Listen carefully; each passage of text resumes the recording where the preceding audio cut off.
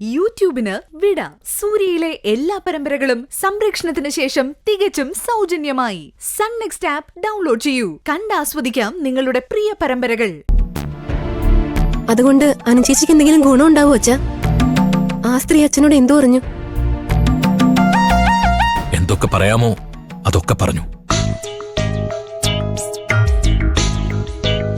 അവരിൽ നിന്നും അതൊക്കെ പ്രതീക്ഷിച്ച് തന്നെ ഞാൻ പോയത്. എനിക്കിത് ആദ്യത്തെ അനുഭവം അല്ലല്ലോ.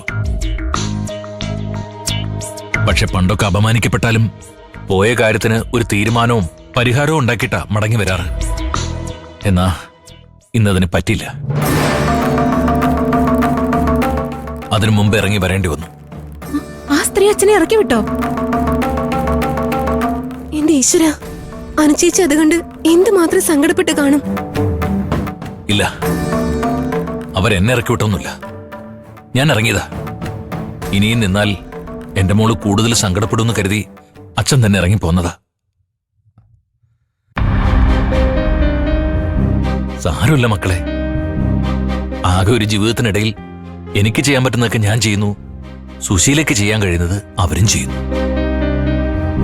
രണ്ട് കർമ്മങ്ങളുടെയും ഫലം നിശ്ചയിക്കുന്നത് കാലമാ. എന്റെ കർമ്മഫലം ഞാനില്ലാത്ത കാലത്ത് എന്റെ മക്കൾക്കാർക്കും ദോഷമായിട്ട് ഭവിക്കില്ല എന്നുള്ളത് അച്ഛൻ ഉറപ്പുണ്ട്. അച്ഛൻ അത് മതി.